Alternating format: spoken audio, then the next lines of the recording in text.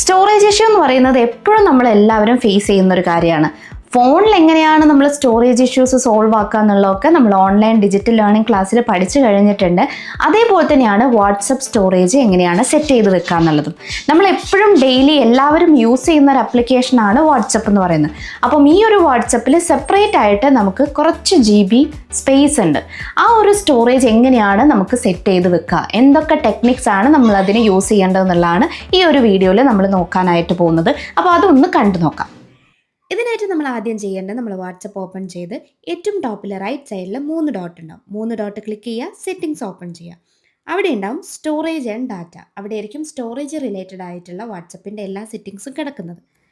ഇതിൽ manage storage, network usage, media upload quality അങ്ങനെ പറഞ്ഞ് ഒരുപാട് ഓപ്ഷൻസ് കാണുന്നുണ്ടാവും.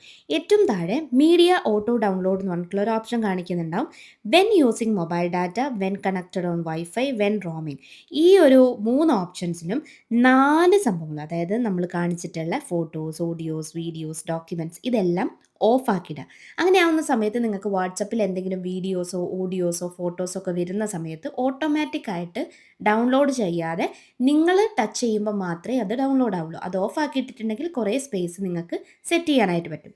ഓട്ടോ ഡൗൺലോഡ് ക്വാളിറ്റിയും മീഡിയ അപ്ലോഡ് ക്വാളിറ്റിയും നിങ്ങൾക്ക് എന്താണോ ചെയ്യേണ്ടത് അതിനനുസരിച്ച് ക്വാളിറ്റി സെറ്റ് ചെയ്യാവുന്നതാണ്. അതുപോലെ തന്നെ കോൾ ചെയ്യുന്ന സമയത്തൊക്കെ നിങ്ങൾക്ക് കുറഞ്ഞ ഡാറ്റ യൂസ് ചെയ്താൽ മതിയെങ്കിൽ അത് ഓൺ ആക്കാനും ഓഫ് ആക്കാനുമുള്ള ഓപ്ഷൻസ് അവിടെ കാണിക്കുന്നുണ്ടാവും. പിന്നെ മാനേജ് സ്റ്റോറേജ്. മാനേജ് സ്റ്റോറേജിലായിരിക്കും നിങ്ങളെ എല്ലാ ചാറ്റിലുള്ള മീഡിയാസിന് എത്ര സ്റ്റോറേജ് ആണ് എടുത്തിട്ടുള്ളത്, എന്തൊക്കെയാണ് നിങ്ങൾ അയച്ചിട്ടുള്ളത് എന്നുള്ള ഡീറ്റെയിൽ ആയിട്ടുള്ളത് കാണിക്കുന്നുണ്ടാവുക.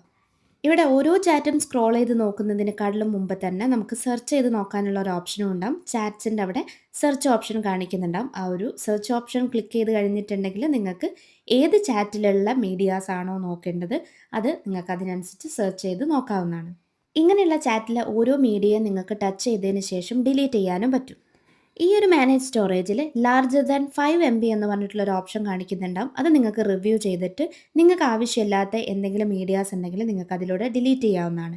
5 MB കൂടുതലുള്ള എല്ലാ മീഡിയ ഫയൽസും നിങ്ങൾക്ക് അവിടെ കാണിക്കുന്നുണ്ടാവും. ഓഡിയോയും വീഡിയോയും എല്ലാം റിപ്പീറ്റ് ആയിട്ട് വരുന്ന സെയിം മീഡിയാസ് ഏതെങ്കിലും അവൈലബിൾ ആയിട്ടുണ്ടെങ്കിൽ അത് നിങ്ങൾക്ക് ടച്ച് ചെയ്തിട്ട് ഡിലീറ്റ് ചെയ്യാനായിട്ട് പറ്റും.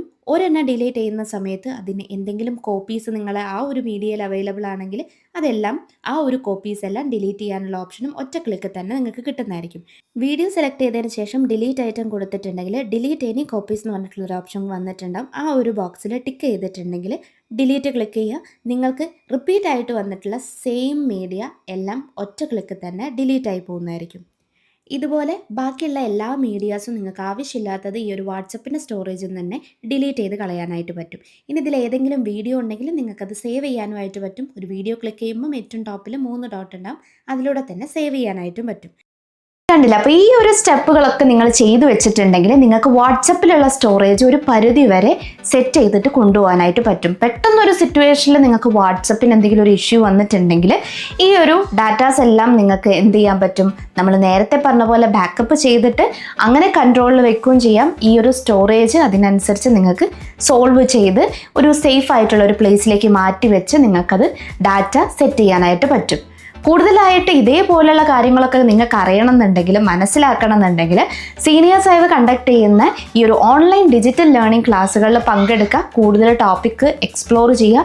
എപ്പോഴും നമ്മൾ സീനിയർ സൈവിൻ്റെ ഈ ഒരു ആപ്ലിക്കേഷൻ ഓപ്പൺ ചെയ്ത് ഡിജിറ്റൽ ഗ്യാൻ എന്ന് പറഞ്ഞിട്ടുള്ള ഓപ്ഷൻ ക്ലിക്ക് ചെയ്തിട്ടുണ്ടെങ്കിൽ നിങ്ങൾക്ക് ഇതുപോലുള്ള ഒരുപാട് ഷോർട്ട് വീഡിയോസ് പഠിക്കാനായിട്ട് കിട്ടും. അതെല്ലാം എക്സ്പ്ലോർ ചെയ്യുക, എല്ലാം പഠിച്ച് പ്രാക്ടീസ് ചെയ്യുക.